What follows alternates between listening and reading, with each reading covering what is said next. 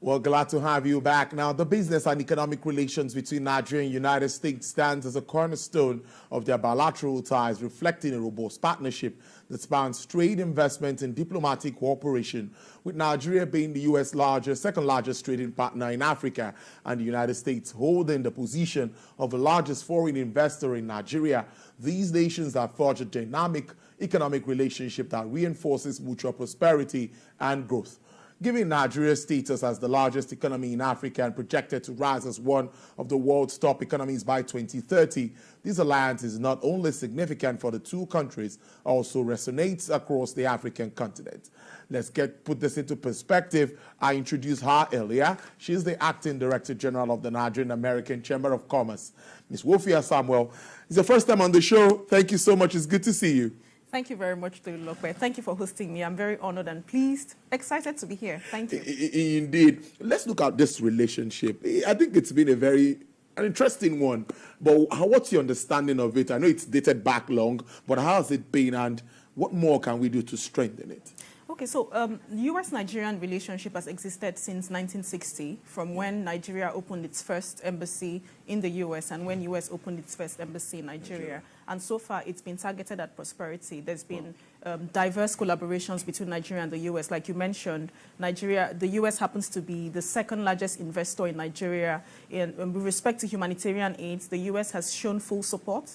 I would say over the years, from 2015 up until present, the U.S. has invested over $1.5 billion in humanitarian assistance to Nigeria. In 2022 only, the U.S. invested $300 million in Nigeria for humanitarian assistance. Away from humanitarian assistance, with respect to security, the U.S. organizes training and retraining, what's the word now? Training and retraining, capacity building, development workshops for our military, paramilitary, the police. We just concluded one very recently. That's with respect to security, fostering peaceful ties, ensuring that to a reasonable extent, gender violence is curbed to the barest minimum. To a reasonable extent, human trafficking is curbed by some of the trainings that they do organize for Nigeria. And then with respect to education, we have over 1 million Nigerians currently living, studying, and working in the United States, and over 25,000 Americans living and working in Nigeria. So we have Nigerians studying, living, and working in the U.S., over 1 million, and about 25,000 Americans, and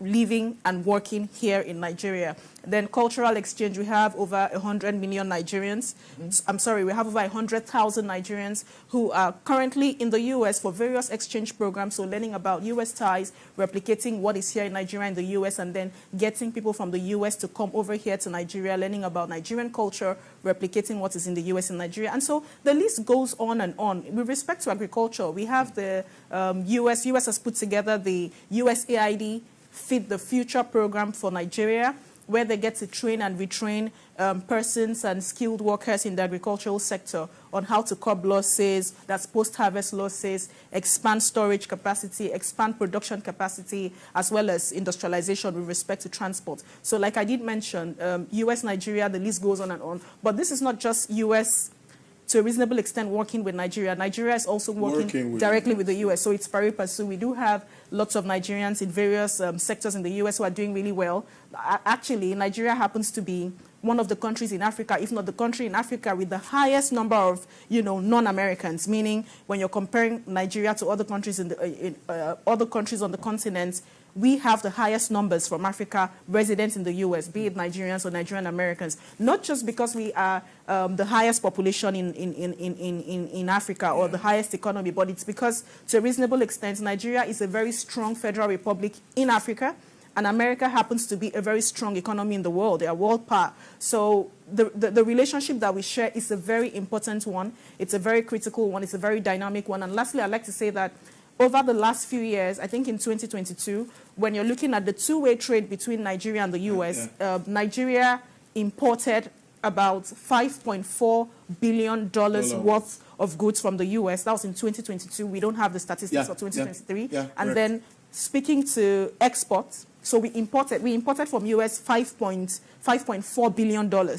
And then speaking to imports, $5.2 billion. So the two-way trade between Nigeria and U.S. in the last couple of years, specifically to 2022, has tilted to the tone of more than 10.6 billion. Yeah. So that's a lot. And like I did mention, they happen to be our second largest trading partner. 10.6 billion in 1 year is a lot of money. I like that. I like the figures. Trade volume. I like the figures. You know, I deal with figures. I love figures. I love when it comes to numbers, and I like the way you're going all about it. Now, you are the acting director general of the Nigerian-American Chamber of Commerce, and when you talk about Chamber of Commerces around the world, they coordinate business activities, deal with the business people and all of that. Tell us how your workings have it been. Has it been trying to synergize, you know, make all of this work out? How has it been at the chambers, and what are you doing to strengthen this relationship? It's been a very dynamic relationship between Nigeria and America at this point in time. Many thanks to the United States Consulate General. They've been very helpful. They've been very supportive. Just recently, we hosted about 10 businesses from the state of Illinois that were here in Nigeria to explore business collaborations, opportunities with Nigerian businesses. The U.S. Consulate General was deeply involved in the entire setting. The commercial counselor, Julia Mari, supported us immensely. And then we had lots of businesses from cadre A, B, and C, meaning like high-level businesses, medium-scale businesses, as well as small-scale, meeting with all of these people who came. And then the government of Lagos State was very supportive. The Commissioner for Trade, I must commend her, Folashade, was there, you know, with an opening remarks, telling them about the do's and don'ts for businesses in Nigeria. So I'd say that with respect to various aspects of trade, we've been able to facilitate trade between Nigeria and the U.S., and the statistics, the figures are there. But I'd like to say this. So the Nigerian-American Chamber of Commerce, we're doing this in three arms. Advocacy is part of what I'm doing here right now, speaking to Nigeria-American business relationships, how far the U.S. has impacted on us and how far we've impacted on them. So that's advocacy, you know, raising a voice on business for both countries. And then networking. Networking is more like the events that we get to organize, the fora, the meetings, and so on and so forth, for businesses to come and learn. We have an AFP coming up in the next couple of weeks, where businesses can come, network, interact with other businesses, share ideas, and of course get more clientele. That's with respect to networking. And then we have trade services. Trade services, we get to research, just like I'm talking about the statistics. That's because the research department has put together all of these statistics, where we get to learn, and then we understand the trade volumes between both countries. So I'd say so far the engagements have been immensely beneficial. Right. We are not there. We are not there, but we are not where we used to be. We're making progress. Let's take this breather. Just allow me to interject you. We have some live feeds from Ondo State. I think Akure precisely, where an aspirant of the All Progressives Congress is having a meeting. I think with party faithfuls and all, we'll be getting those live pictures into. As we continue our conversation, we are on all our platforms. You can continue watching Business Nigeria. Yes, live pictures there for you. From Akure in Ondo everybody. State. So,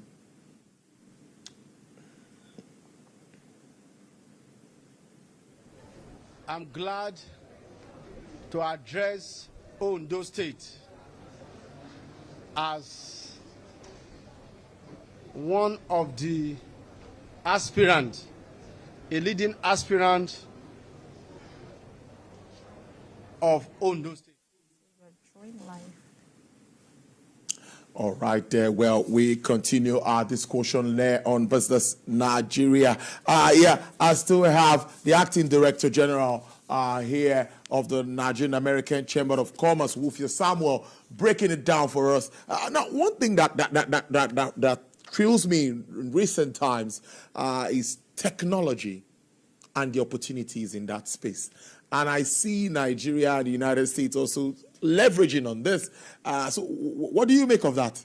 Okay, so America is very big on technology for several reasons. The world is becoming more and more industrialized. Yeah. And for emerging nations like Nigeria, emerging continents like Africa to catch up with the world, we have to be technology savvy. So trickle this down to Nigeria, which is U.S.-Nigeria relations. When we look at some of the big giants, the big firms in the U.S., the Googles of this world, the Microsoft, the Metas, they're all situated and located here in Nigeria, and they're creating jobs, creating prosperity, eliminating poverty one step at a time. So all of these organizations and companies companies do have their offices located here. I've personally been interacting with some of the officials from Meta, as well as Microsoft. Now, you look at Nigeria, for the Nigerian tech sector, we do have some of the biggest giants from Africa situated here in Nigeria, be it Southern Africa, West Africa, East Africa. The technology space in Nigeria cannot be overlooked. So from the likes of Flutterwave, to name a few of them, all of these companies that are situated here in Nigeria have, at one point or the other, studied in the U.S. So it's the knowledge they've gained in the U.S., they intermix the knowledge they've gained in Nigeria and maybe across other countries, and predominantly from the U.S., and then they set up their own technological firms and companies.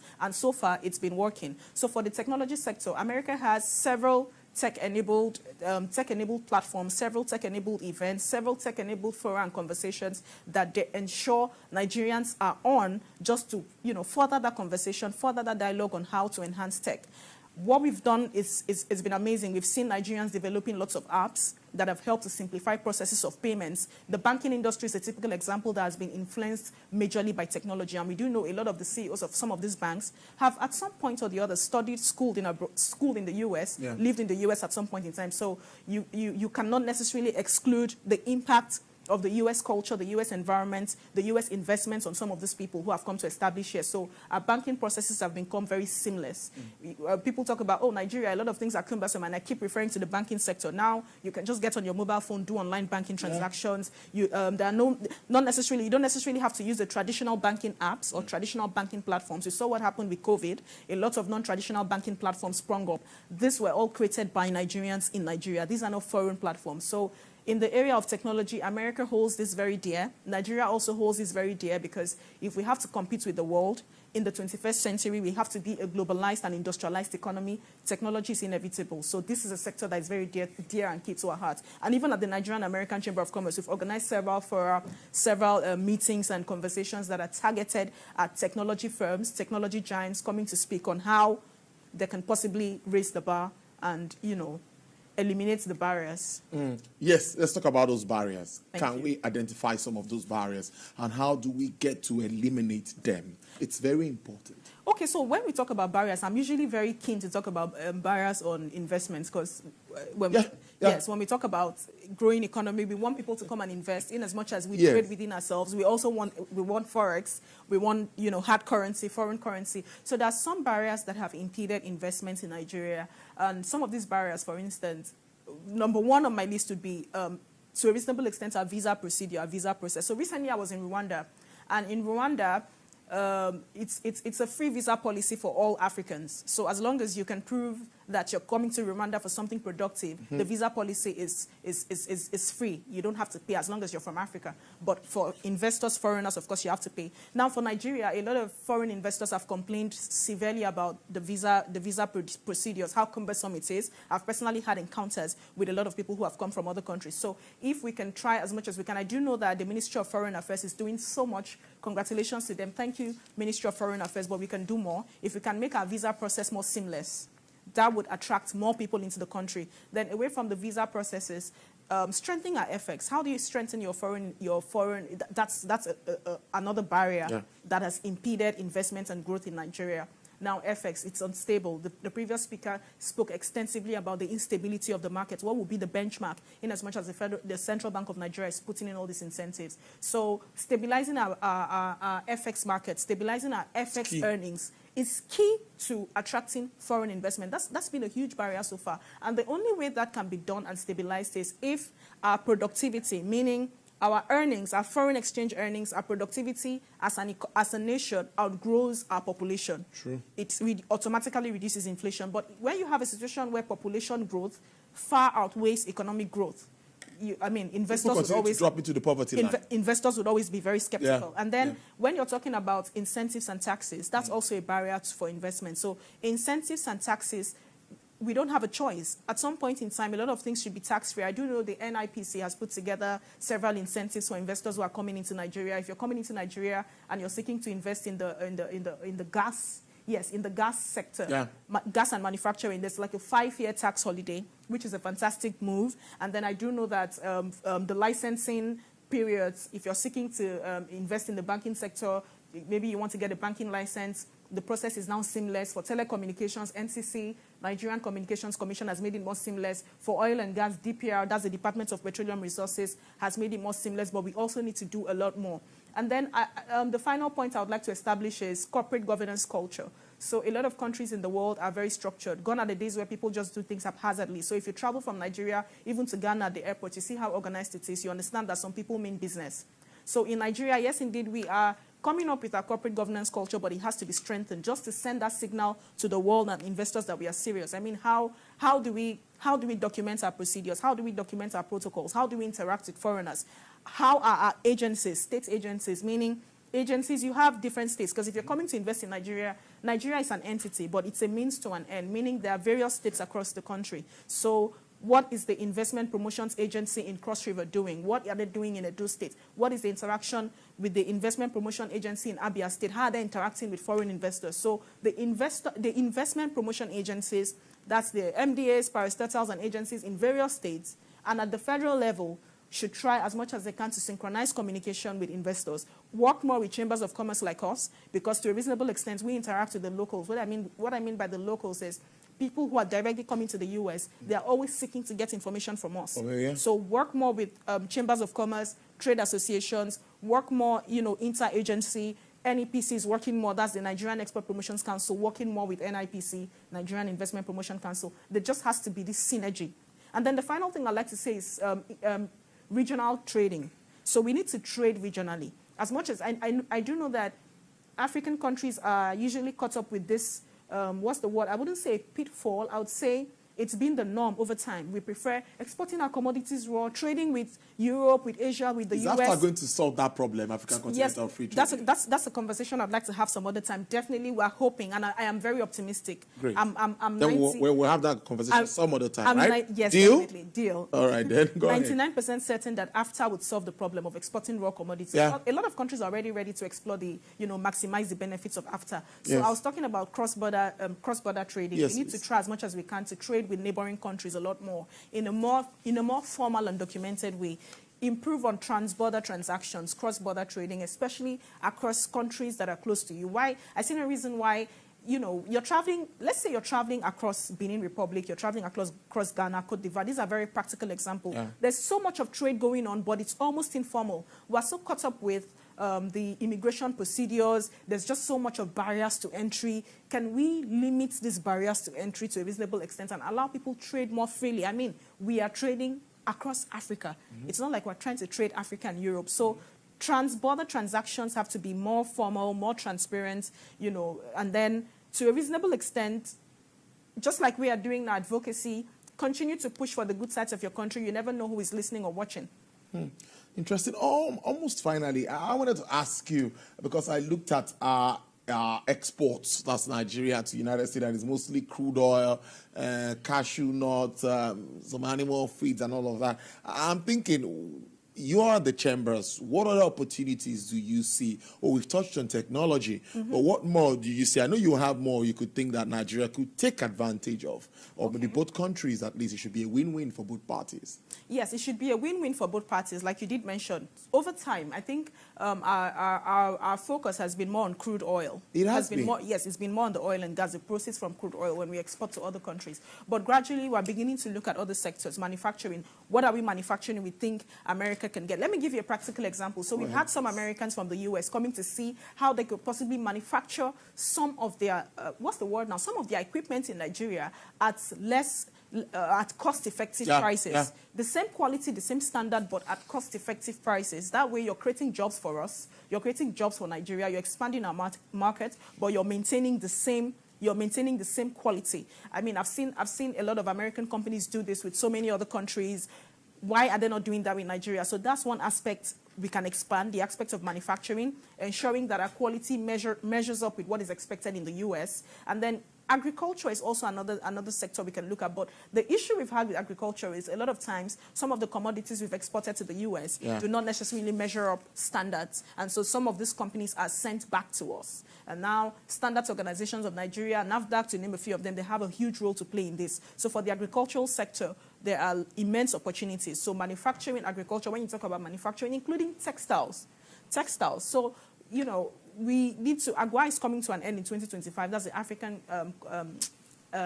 Growth and Opportunities Act. Nigeria has not maximized the benefits of AGWA extensively. Yeah, so if you look at South Africa, for instance, you're just talking now about what can we possibly export to the U.S. South Africa's non-oil exports to have dominated their exports to AGWA, non-oil. So South Africa has made more, what's the word now? They've utilized AGWA on a scorecard that is more than 70%. And this has mostly been from non-oil exports. This has mostly been from finished commodities, not necessarily exporting raw commodities. So for me, I'm a huge advocate of the agricultural sector, the manufacturing sector. But to also just finalize the point, my response to the question you've asked, U.S. has a framework for Africa. There's a framework U.S. created in 2000 for Africa. So we need to we need to return to that framework and then see what areas America is interested in. What are the products, what are the services, what are the commodities you think they desire? Because at the end of the day, every country has their priorities. Every country has their priority products.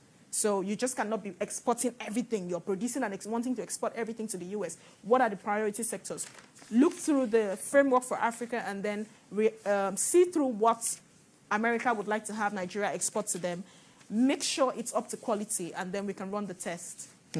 Interesting conversation, I must say. Wofai Samuel, thank you so much, Acting Director General at the Nigerian-American Chamber of Commerce. Thank you. We hope to have you again in soon. It's really good to have this chat with you. Enjoy the rest of your day. Thank you. Thank you very much. All right, then. Thank you. Well,